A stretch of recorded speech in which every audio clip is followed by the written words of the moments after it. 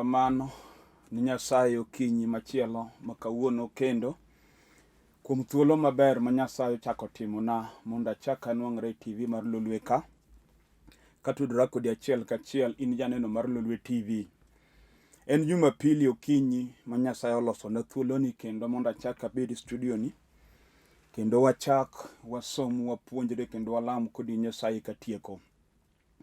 Ang'eyo ni in be isegwedhori, jotich Nyasaye osepuonjo wach Nyasaye, oseyalo wach Nyasaye, wasewinjo wende mag pak, kendo okinyi ni ang'eyo ni kama intie odi kanyo isekwano Lolwe TV kaka TV magwedhi ahinya, nikech program mag tich Nyasaye ma Nyasaye chiwo kokalo Lolwe TV ka bedo gweth maduong' ahinya, nikech Nyasaye omi Lolwe TV ng'wono malach. Mano emomiyo kinde duto walamo Nyasaye mondo TV ni Nyasaye oting'e malo ahinya, nikech ochiwo thuolo maber mondo oganda Nyasaye winj wach Nyasaye kuom jotich Nyasaye mayalo ka. An be Nyasaye okela kendo gokinyi sani mondo achak apuonj wachne kendo alam Nyasaye katieko. Mano emomiyo akwayi janeno mar Lolwe TV mondo ikaw thuoloni kendo bedie piny thuolo matin ma Nyasaye oketago ka mondo wawinjre kodi wach madwa napuonj gokinyi ma kawuono, kendo bang'e walam kodi Nyasaye. Kata poni ni idwaro wuok, ang'e ni en Jumapili dwa nadhi e kanisa, but miya thuoloni matin nikech nitie wach mawinjo ka Nyasaye miya sani madwaro mondo miya puonj. Nyinga Bishop William Abol, an jalego Murmalanga e piny Siaya County. Sani adak e piny Nairobi ka. Nyasaye omiya thuoloni, adwa ni mondo ikaw mumbi e lweti mondo wael kode muma mar Zaburi, nikech kanye madwa ni mondo wapuonjre kawuono. Zaburi 125 e wang'e e kama dwa nwasomie, then mondo wawuok kuom wach mawinjo ka Nyasaye miya sani, bang'e walam kodi Nyasaye. Zaburi 125 wacho niya: jogo ma ogeno kuom Jehova gichalo kod God Sayun, ma ok nyal yiengni, to osiko nyaka chieng'. Verse 2 wacho niya: kaka gode madongo kiewo gi Jerusalem, kamano Jehova okiewo gi joge nyaka kawuononi kendo nyaka chieng'. 3 wacho nimar jomaricho ok ginibedi gi loch e piny joma kare. Agon Nyasach polo kod piny erokamano kuom wach masomo okinyi ma kawuono madwaro mondo mi awuoye. Kawuono adwa nawuoyo kuom geno kuom Nyasaye. Mane wach madwa nawuoyo gokinyi ma kawuono. Emomiyo adwa ni chik iti mondo wawinjre wach madwa napuonj sani. Jumapili mokalo ne wasome muma mane wuoyo kuom jodhoho 4 manoriembe dala, manene odong' ka chandruok odong'go kendgi, to Nyasaye ma ka ng'ato geno kuome to nyalo time obed geno kata hono ni jok manochaye, nomako lwet jodhoho nikech ne gigeno kuom Nyasaye, ma Nyasaye nodhi kodgi magigolo kech e dala mar Samaria. Okinyi ma kawuono adhi mbele kawacho ni geno kuom Nyasaye ni kod duoko kuom gik ma dhano paro ni ok nyalre. Koro kawuono adwa nawuoyo kuom geno kuom Nyasaye. Gimomiyo adwa nawuo kuom geno kuom Nyasaye, e piny mwantie sani jachien ochomo ji gi chandruoge mapek, kendo dhano mang'eny onge kwe. Jomoko lose hope e gimoro amora ma gitimo e ngimagi. Nikech nitie ng'ato manyalo bedo kata gi pesa, to e yor pesa ma en go no onge gi kwe e pesano. Kendo kata en pesa maduong' oyudo pesa madongo, kata en gi businesses makelo pesa madongo, tiyudo ka oonge kwe e pesane moyudono. Chopo wach moro mondiki mar Ecclesiastes chapter 6 mawacho nitie ng'ato ma Nyasaye osemiyo mwandu, omiyo pith, omiyo gimoro amora, to gima pok onwang'o kata ma Nyasaye ok omiye en hawi mar chamo gik ma Nyasaye omiye. Koro wan gi jomoko ma gik moko gin go, mwandu mar piny nitie, nyithindo nitie, dhako nitie kata dichuo nitie, lakini kwe modak go e gik ma en go gi otamore. Omiyo odong' kochalo ng'ama onge ber ma en go. Adier modong' duk e kinde mwantiere ni, jachien ok dwar mondo dhano obed kod kwe. Mokwongo, kama Satan gergo mokwongo en dak mar dhako gi dichuo. spirit mar divorce sani apiny ni ute mag jomokendore, kendo ut jomokendore ema kwe onge kabisa, makata obed od dayo muti gi jaduong' muti, iyudo ka jachien okedo tungni gi lweny, kwe onge udigo. Miyo yudo ka jomadongo ma nyithindgi dongo ma seche moko nigi nyikwagi, jachien otami kwe mar dak, ma jaduong' odak kopogre gi mama ma min nyithinde, kendo gidak mar lweny gi ywaruok. En wach miyudo kodhi mopogo nyaka nyithindo monyuoli ot diere, moko jokor baba, moko jokor mama. Dala ni ochomo siko, kijachien apiny sani ok odwar mondo ji obed kod kwe. En gima inyalo yudo ka seche moko jomadongo kabisa ng'ato we wadgi mo ng'ato dak ki en, moro dak ki en, nyithindo bende nitie. Koro nyithindo dong' ka tanga kama gimak maber onge, kich Satan otamo jonyuol ne dak kod kwe. Gima kelo magi nitie. E piny mwantie sani wachomo giko mar piny, ma Satan ok dwar mondo ji one kwe. Omiyo dak mar udi opong' kod lweny. Kendo iyudo ka kata ng'ato nyalo kendo nyar ng'ato ma gichak dak kod kwe ka giherore.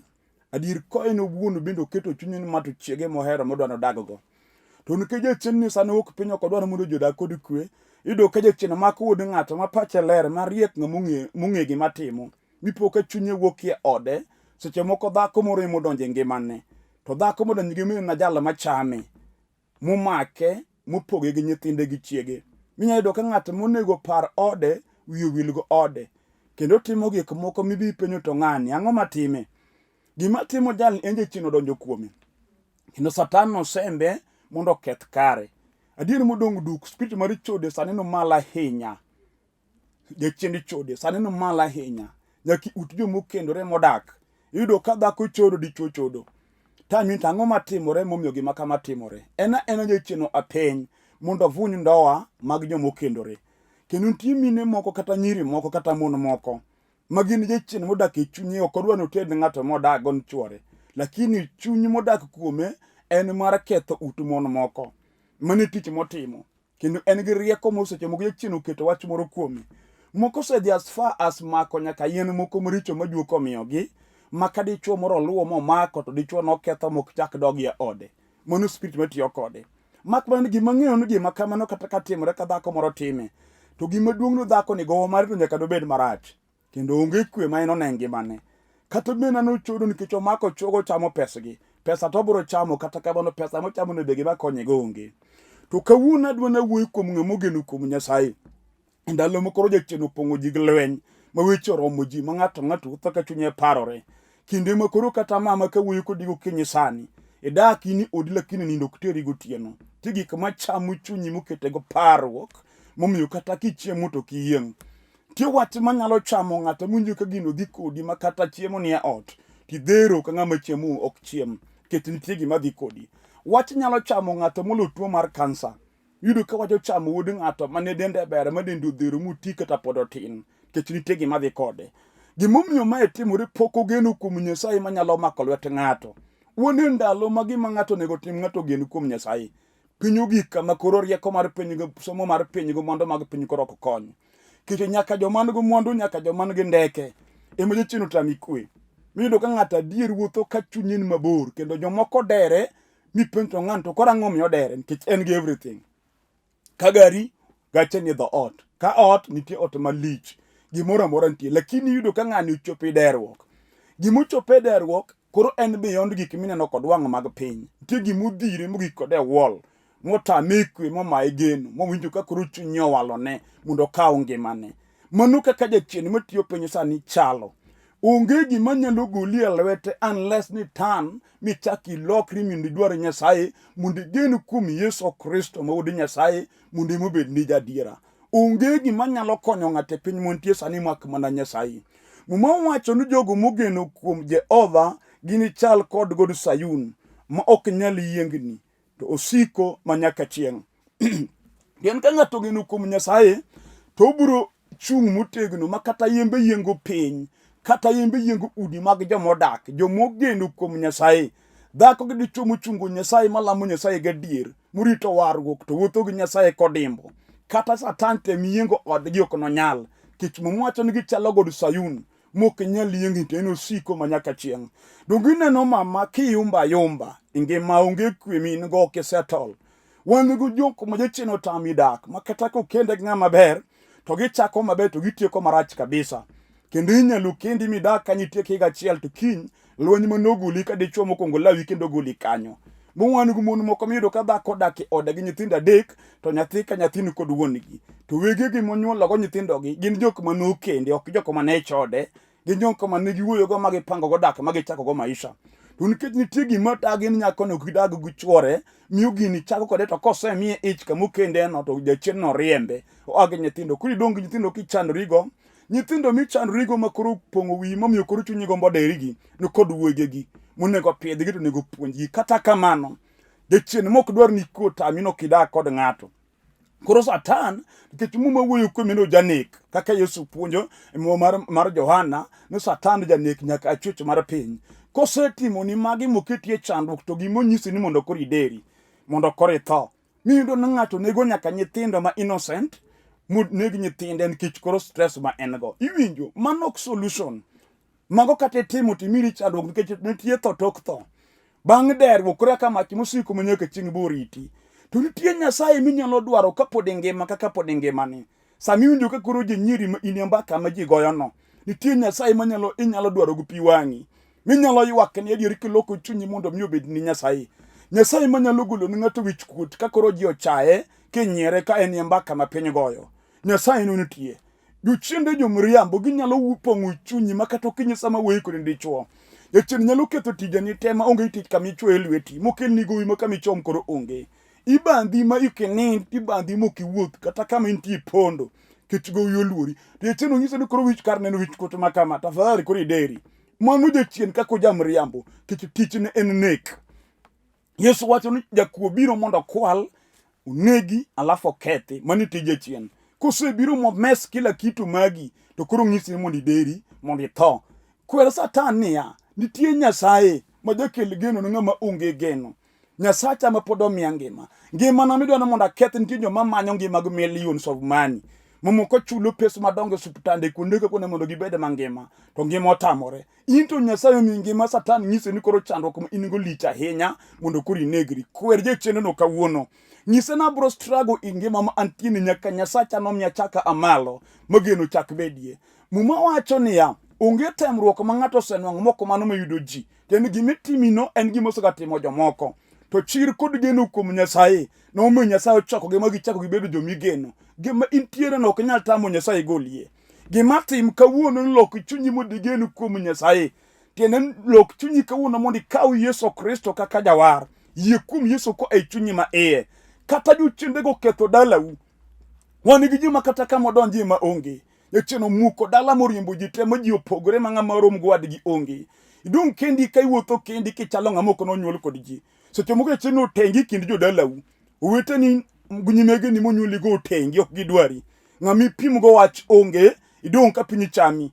Nitie Nyasaye madong' kod ng'at modong' kende, manyalo mako lweti, manyalo chako mi amalo. We luoro gim jachien timo nikech ineno.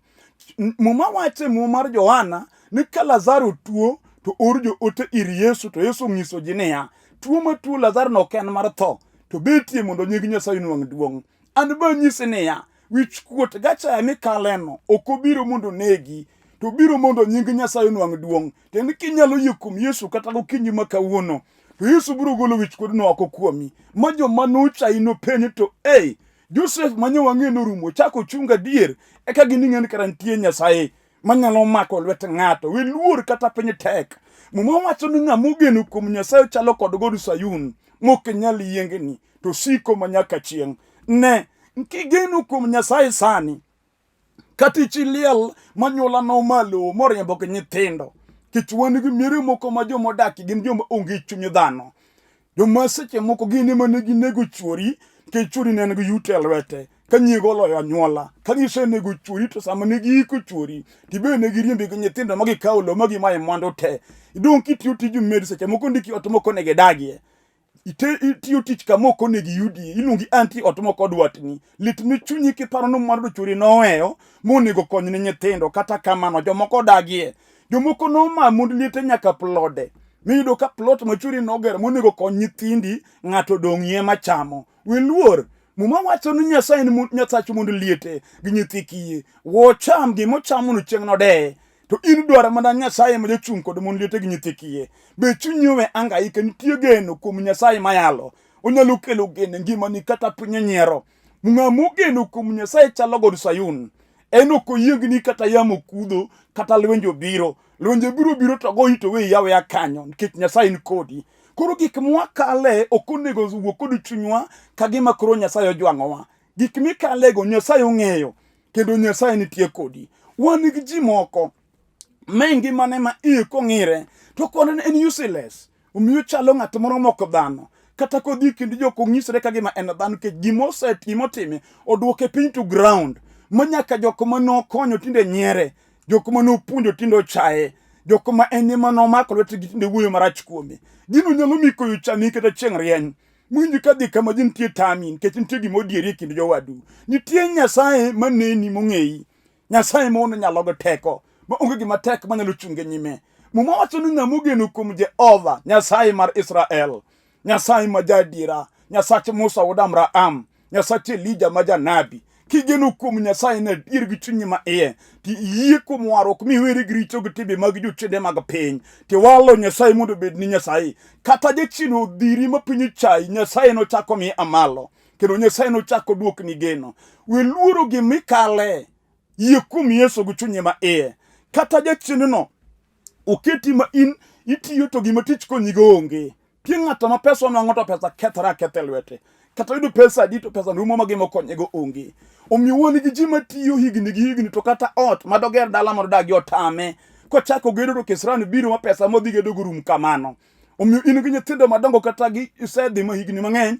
to kata kar donji ongego miyo ji ochayi ma kata kidhi bucha nyuola tinyisi ni to ling in ok inyal wuoyo kama ji wuoye winjo we luoro gik ma dhano wacho dhano ema wuoyo kamano Nyasaye wuoyo ataro kuom weche ma dhano wachogo kiyie kuom Nyasaye tigeno kuom Nyasaye gik ma ji wacho nolokre ataro kendo joma nochayi nochako luori ka Nyasaye akodi malo kata ben jachenu kiti ma kichako biashara wan gi jomoko maketo pesa madongo e biashara mino ng'ato kaw kata loan amo kaw pesa ne moro manchok save onyiewo kata mana gari mondo kete barabara mondo konye kata gero golandi moro modwaro mondo chiemoro bed gima kelo na income tino kaka misegede makuri chako timo finishing no odi kuri ka un lokreni mi poka kero kenu ni koto oyalo e gima ni sechulo mi tieko min gi documents mage de chien ok dwar ni kwe we luor dwaro mana Nyasaye kendo kochopo kanyo to manyuti Nyasaye manyalo chung kodi alamo mondo lamne Nyasaye ma jachung e buche matek mondo ruoth akodi malo ukinyia wuoyo niya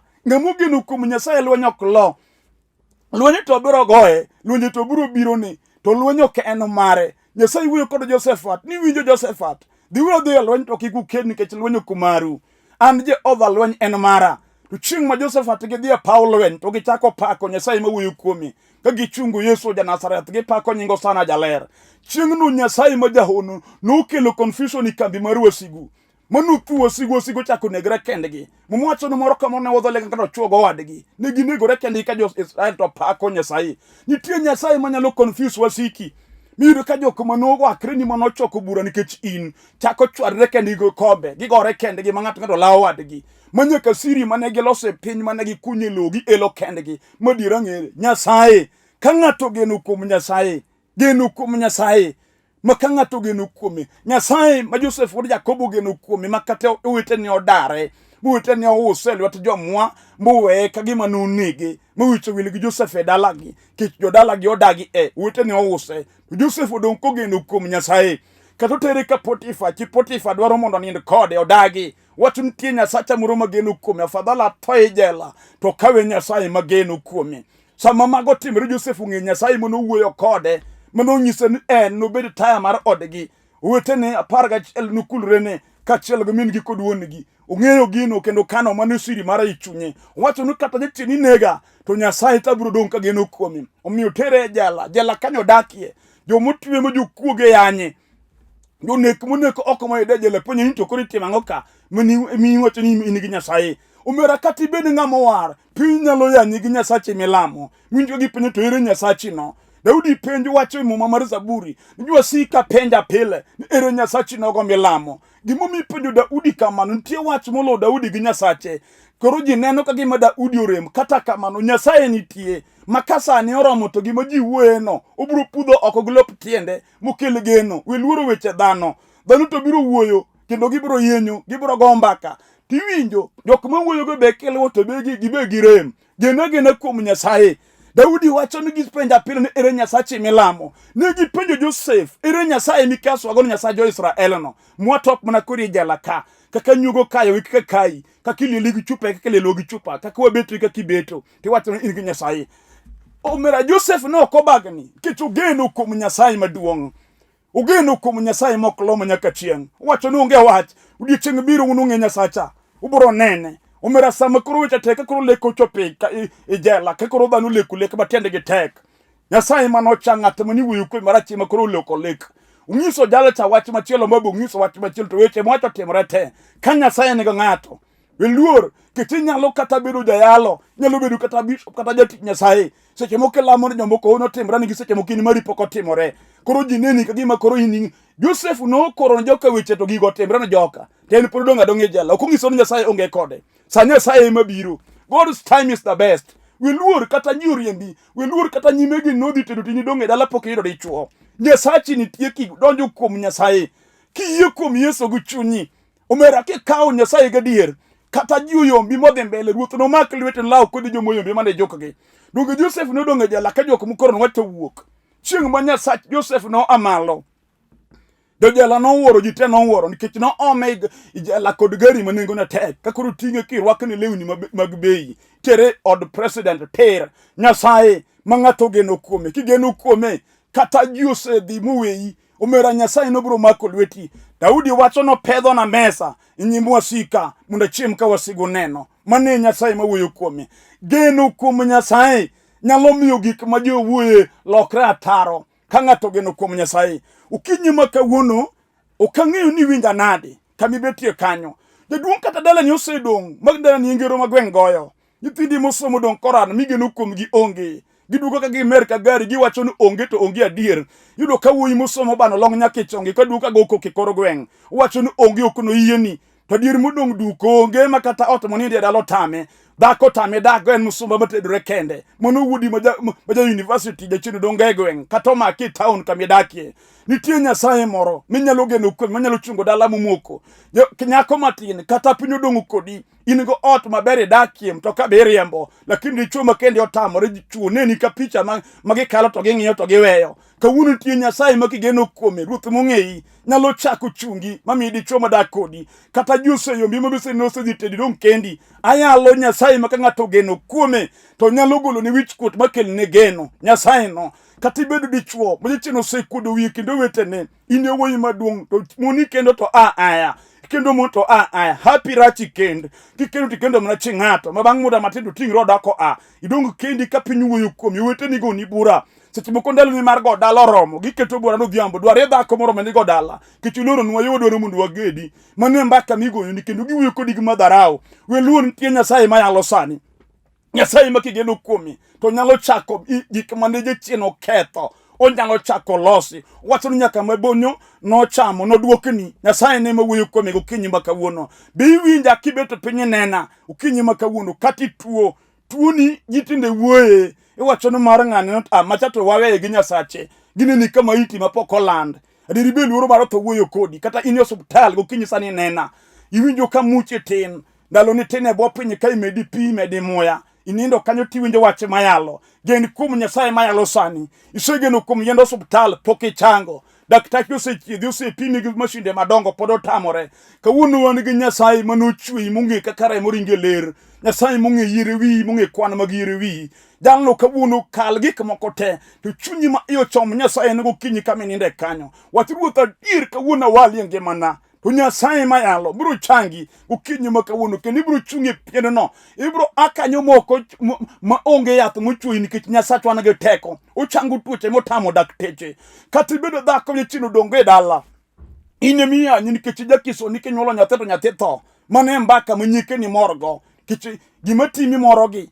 kaka penina ne mor ka ana onge nyathi mano mor gi gombaka kendo giyanyi ne nitie Nyasaye ma jagol wich kuot jominyiero Nyasach Sarah Ibrahim Katera aya lego kinyi sani ng'ate mawinja mobedo piny ng'amo geno kuom Nyasaye chalo god Sayun ng'ok nyal yiengni ajuoki ok bi yiengo jonek mag piny ok no yiengi kato bed lweny mo akanyo ok no yiengi geno kuom Nyasaye gadiera adwani geno kuom Nyasaye kuom gik mikale kati manyo tich otami nwang'o certificate in go maber mar school isomo in go rieko kendo kata kitiyo to tiji ber kabisa kata ko kawi kadhi moro kata kawi mini organization moro tini mitiyo tich malong'o to ko chak chung ji tin michako kodi echeno ok dwar muri timi cham rieko ma in go wan gi jomo nego cham obwongo somo mani wi jomo nego gi cham echeno magi mano mitine gi cham tijagoko iting'o block kod university ma in go seche moko ndiki watchman gi school maduong' monego ibed ng'at mani office mabedo director echeno baro kodi motami happy gik mani somo ma itetimo tich moko ni somo gima kodo wi kata kiwuok idhi kiparori penyo na chandra kama nyaka karango kawuono gen kuom Nyasaye mung'i offices madongo minyalo tiye piny ka wiluor kata ng'ate manoketho happy kata juoga moro mano iri nitie Nyasaye moloya juoke gi jochende mtote adwa lamo kod ng'ama winja Nyasaye gokinyi sani kanine nani mama kata chieno riembie odi dong kidak kendi usiepna kata chieno riembo dhako go agi nyithindi chalo ng'ama pok dobedo agi nyithindo kawuono gen kuom Nyasaye mo adwa lamo ruoth no dwa ani malo dwa lochoni adwa lamo Nyasaye ng'ato ka ng'ato manena ing'eyo gima timi nyako kata chuo mamanyi idwaro ng'ama kendi to tamore joma biro ni gina joyoma gi jotugo gi joma dono chodi to ng'ama kendi otamore jachino chonyo mana kuom jomok dwa mok nyal konyo ngimani wan gi nyako ma pod tin to jachino kiten ka ng'ato biro dwaro kende to en ng'ama nigi mon ariyo ok oyud dichuo ma wuoyi mambasne ma dikende kawuono dwa loko namba no kwalamo kodi Nyasaye nitie Nyasaye mong'e churi monego dak kodi yudi yie sani walamo kodi Nyasaye gen kuom Nyasaye ko e chunyi maye kata nyu in go bilo mani nang'o puk bilo no oko manorem kata nya juoga moro miris ka uris ne toko watni Yesu kawuono inie makawi ngimana kendo ini mibedo geno mar ngimana kawuono ibro neno Nyasaye no ko animalo kendo ibro neno gik mabro timoni kata tuo matuo ino ng'isi ni tuo choko gwang' idendi ni mane mabro konyi wit chogo no oko ti Yesu ja Nazareth jalo mano chwadi Kalvari gi kiboko muting'o chang makiyie komete chango sani kati jan ulime mandulme go piny yeye kendo gen kuom Nyasaye ma jachang adwa lamo kodi Nyasaye kiunjo ke chunyu mako ni yie mar gochonge piny mondo walam dhi chonge go chuny moyie kuom Nyasaye chuth mondo walamo ne kodi Nyasaye ne gik ma Nyasaye timo ngimani kawuono walamo Wuoro maler e nying Yesu Kristo ma ja Nazareth kulwang'e piny ne janeno mara mogo chonge piny kuom wach matek matimore ngimane kati ode kati dalane a Nyasaye dichuo nyaketi lweti kata jochende no dagi no konya yudo gima ber makonye ruoth ane mala mondo tam jasigu dhako ne chiwe lweti dichuo ne chiwe lweti par jaduong' makoro lami kogo chonge pinyne ne dayo ni Nyasaye nyako matin makoro ywag pi wang'e ruoth ing'eyo gima ywakne arudhu polo par kijana ni Nyasaye ng'at matuo moninde pien makoro denda litni a Nyasachwa riebadi mar changi timo hono granyisi ngimane aseyi ruoth ne ng'ato ka ng'ato moseneno kulo wiye piny mosego chonge piny okinyi ni isetimone kendo en gi neno mobomiego nyingi duong' odogni manyaka chieng' e nying Yesu Kristo ruoth amen. Erokamano janeno mar Lolwe TV kuom Nyasaye moselamo kodi adwa ni bed gi yie makende ni Nyasaye no oselocho kendo osechung' kodi mana kaka ondiko ni ng'ama ogeno kuom Nyasaye chalo god Sayun ok nondekni kendo ok noyiengni to siko manyaka chieng' dwar kanisa miyale warruok donji kanisa miyale wach Nyasaye mar warruok mondo puonji warruok manyalo miyomb jochiende mondo ne honde Nyasaye atieko kafulo nyinga kendo an Bishop William Abol an jalego Murmalange piny Siaya County dala wan Matera School kanyo sani adak e piny Nairobi ka adak e piny Olympic Kibera kendo e piny Kibera kanye kamane kanisa kama tich Nyasaye arwako ng'ata mane piny Nairobi kama dwar mondo bi e church mondo warom walam Nyasaye kendo wapuonjre kata ken go wach midwar mondo walalre kodi wapuonjre kodi bia namba na mar sime ringe screen ka go sime kichopo Olympic kini town bia kichopo town idh gari namba Boro Railways mabiro Olympic Kibera. Kichopo stage ma Olympic, gona sime namba gi mondo direct kichopo kanisa kama nitie. Kata ka in go personal bia nyaka Olympic primary, gona sim kini dho Olympic primary kanyo, abo direct kichopo kanisa kama nitie. Namba na mar sime en 0721 280025, 0721 280025. Airtel number 0782 495 083. Namba go tennis screen ka.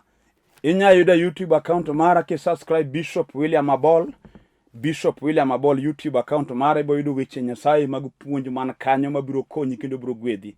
Nyasaye mondo gwedhi ka ni piny Kayole ke go sim wan ga kanisa Kayole kanyo Dandora wan ga kanisa piny Siaya County wan ga kanisa kono opogore opogore go sim wabiro directi. Nyasaye mondo gwedhi nyaka Jumapili manyien. Shalom.